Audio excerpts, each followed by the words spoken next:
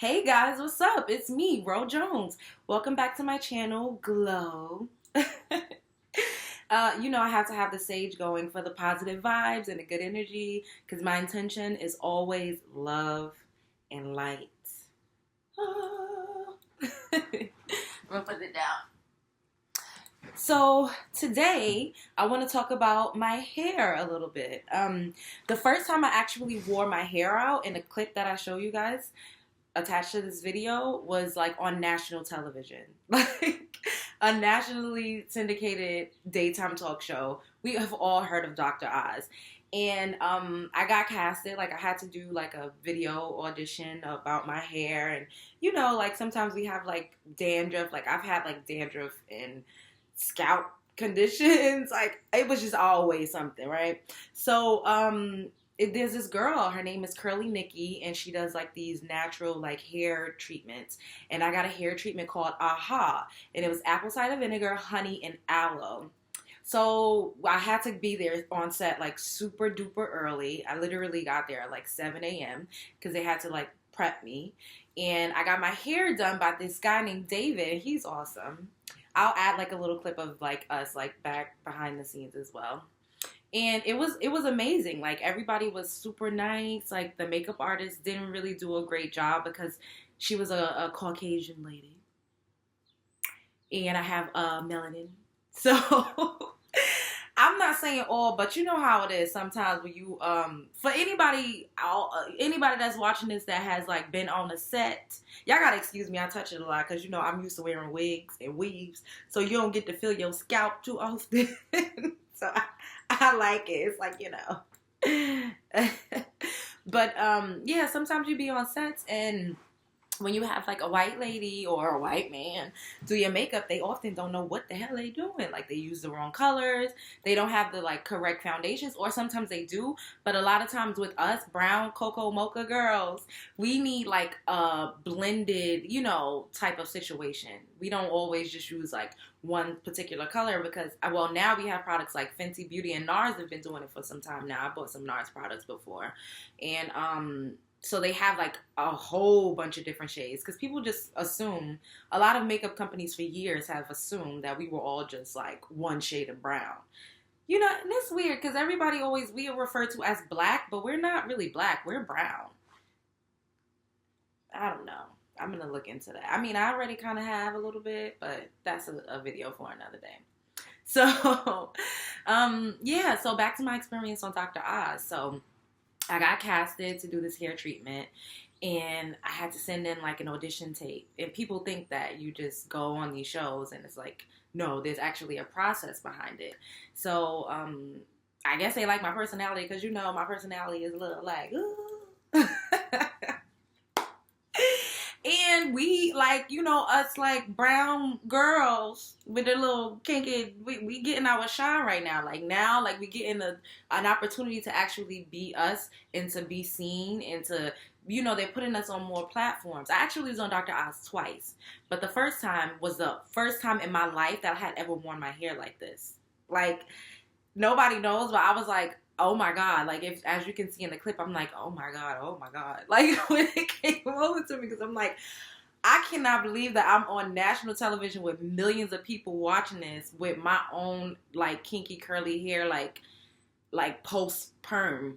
Like, we all know how that process is when you're growing out the perm and the ends are split and it starts to break off. And I definitely went through that. So, oh, excuse me. Don't judge me. I'm human. So, yeah, like we all go through that process, like when you're transitioning like back to natural. I had been natural before when I was like 19 because my scalp, like it's very sensitive. So it was always difficult for me to like handle like perms and stuff like that. So I went natural, but even then, like my hair was long. It was beautiful. I mean, it's cute now. It's getting there. It's growing back out. But, yeah, I didn't realize that I was like unnaturally, like, like the way that it's a fad now. It was just like, I can't take these perms. My scalp is burnt out. Like, I gotta just like leave my hair alone for a minute. And then of course, like I cut it, and then I was rocking like finger waves, and that style is like all the rave now. I'm gonna do like a timeline of like my style so that you guys can see like all of the innovative things. I'm call myself innovative and trend setting, okay? Because the stuff I see now, I'll be like, oh my god, I did this, and everybody said I was a weirdo. So, yeah, going back to the hair, like I got booked for the show. I went to the show. I'm like, what are they gonna do with my hair? Like, I hope there's like someone that actually knows how to do, black girl hair. And it was this guy by the name of David, and he did an amazing job. Like, he washed it. I got the treatment. It was really good. It was like tingly, but I feel like it's something that you probably would have to use consistently on a daily basis. But it's super easy to make. Like, you could literally buy apple cider vinegar, aloe, and honey, mix it up, put it in like a cute mason jar, and like put the treatment on your hair. He left it on my scalp for maybe like 10 minutes, and then he rinsed it out. He gave me like a deep condition. We were pressed for time, so he blew it out, and he wand curled it in like little tiny wand curls. Like the way that my hair is now, I washed it. I didn't blow it. I used this like a hair put-in or something, and I coconut oil. So I like mix it together, and then I just like, do little strand by strand, twist it, and then like do a bantu knot. And so when I got on the show and I'm sitting in a chair, they had me underneath a dryer. And I was like, oh shit. Like, everybody and their mother is going to see this. People that I don't know is going to see me. With my own goddamn hair. My mama ain't even never really seen my hair like this. And I was just like, oh. So when the camera rolled to me, I was like, oh my goodness. Like... And then, of course, I'm from Brooklyn, so I'm on Dr. Oz like, oh, this is lit. Like, my hair feels lit right now. And they were just like, this girl. But, I mean, I guess I did something right because they called me back for a second time. That time was to do, like, a tuna fish tasting. I'll upload a video of that time, too. That was fun. But I kind of felt free, in a sense. When you have, like, wigs and weaves all the time... I mean, I like to play with my hair. I love to do different things. And my own hair, I don't think anybody's hair would be able to withstand, like, the different styles that I like to do and play around with.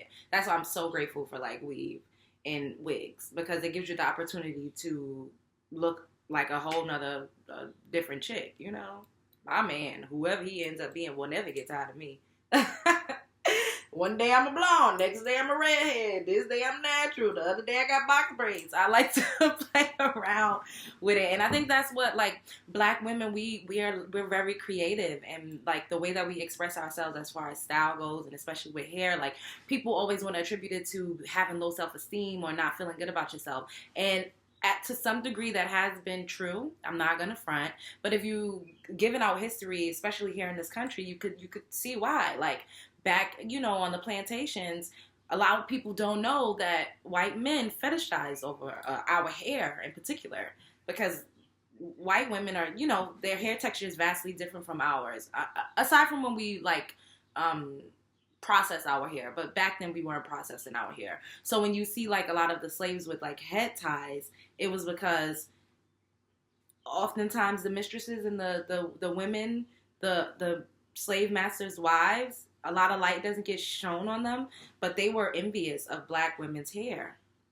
And they did a lot of heinous things to black women during slavery. Well, we've seen 12 Years a Slave with Lupita Nyong'o, and the way that she was treated so badly because the husband was in love and obsessed with her. Like, oftentimes we don't really hear the stories of the wives and how evil and, the things that they did to the slaves, especially the women, especially women that were like pretty, or attractive, and then they had this beautiful hair that we have, because if we weren't processing it, could you imagine the lengths to which it would grow?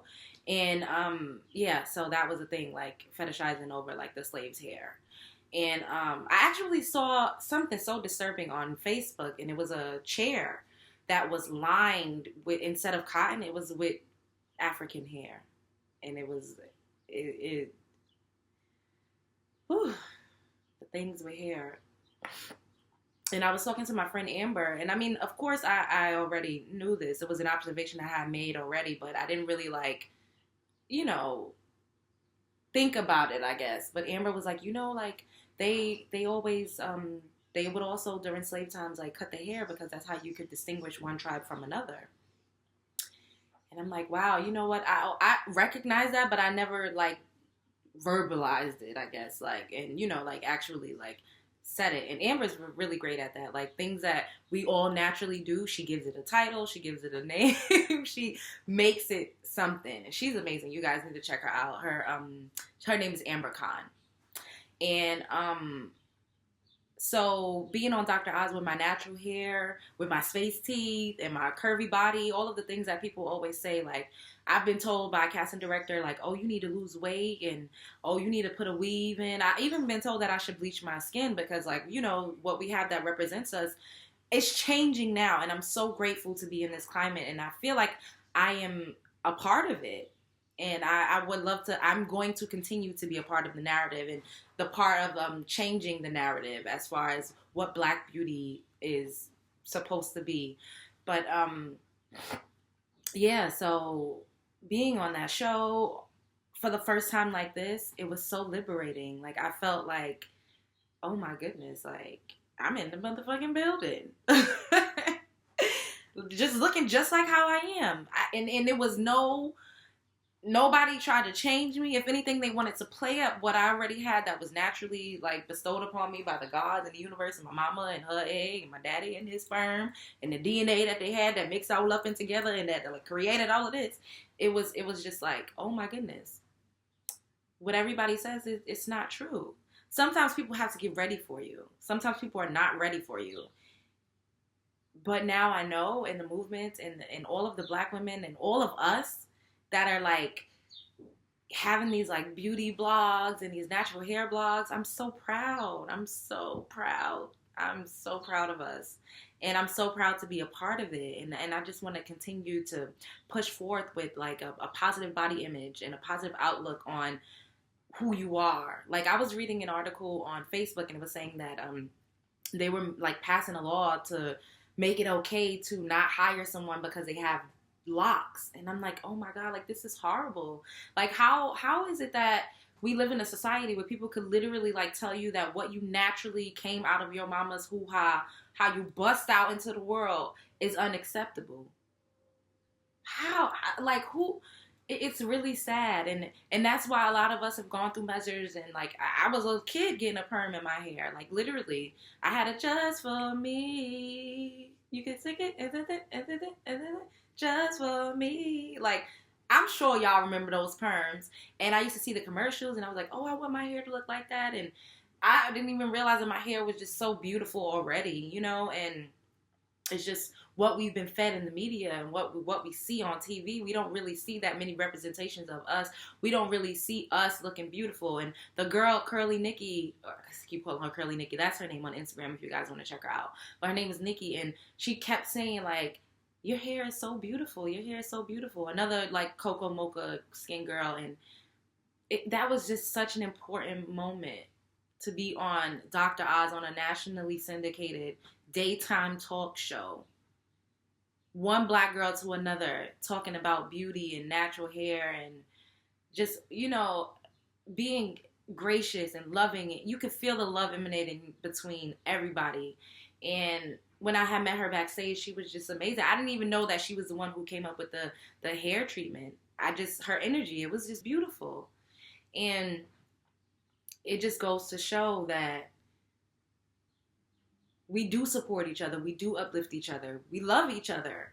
We just got to get away from society and how it tries to pit us against one another and how it tries to make us feel not beautiful with being ourselves. And I feel like there are so many pioneers. There's so many women that are coming up right now. And I definitely, I work every day on myself to be one of those voices, to be an image, to be something that younger women could look up to and say, oh my God, I want to look like that. Or I look like that. And she looks so pretty and beautiful and confident, and she loves herself. And in turn, I can love myself being exactly who I am.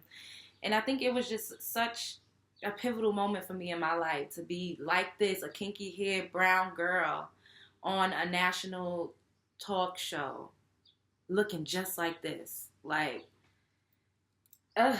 I mean, there was a time where I would not be caught dead with my natural hair looking like this. It's a new day, and I'm just so grateful to be a part of something. I'm sure, clearly, over 1 million people saw me on TV that day, and I don't know what all of them thought. It doesn't really matter, but I felt great, and I'm grateful that they got to see someone that looks like me, like Ro Jones. Kinky hair, mocha skin, space teeth, curvy body. There's not one aesthetic to beauty. There's not one aesthetic to what a woman looks like. Becoming all different shapes, sizes, colors. And I think that's what makes us all beautiful. Who wants to walk around looking like a carbon copy? That is boring as hell. Seriously. With that being said, I'm going to go. But I want us all to glow. Get your love on. Love yourself. Love yourself for who you are. Yes. I'm looking forward to this getting bigger. I'm just going to keep taking care of it. And we're going to do the damn thing. We're going to put on. We're going to represent. We're going to represent. We're going to represent for ourselves and we're going to represent for each other. Glow babies. Love y'all. Looking like Lauryn Hill at the height. Ooh, ooh. It's lit. I feel so good. It's light. Like, I literally have been suffering from dandruff like my whole entire life. You gotta say hi to your mother. Shake it out, shake it out. My mean producers put you in all black. Oh, that's why I'm wearing black. Yes, that's how they roll. That's how they roll here. So, if you don't mind, just shake it out now. But do it here so I can see you. Oh, you have to get up in there. Get up in there. Do you see? I don't see any place, Dr. I don't see any flakes here, which is more Your telling. hair Oh my is goodness. glorious. Yes. Can we get a close up Thank here? you. I mean, there's no flakes There's here. no flakes. I have more flakes for that. Oh my goodness. I have more flakes. I'm so happy and I'm so grateful. I must say it's inexpensive. I recognize all the ingredients. Exactly. You can have them in your house, Yes, I'm sure. it works. Oh my goodness. Like, you can eat that stuff. Yes. Oh, no, you can keep doing that. We'll keep doing Okay. that. All right. Number 2, natural treatment. I'm making this.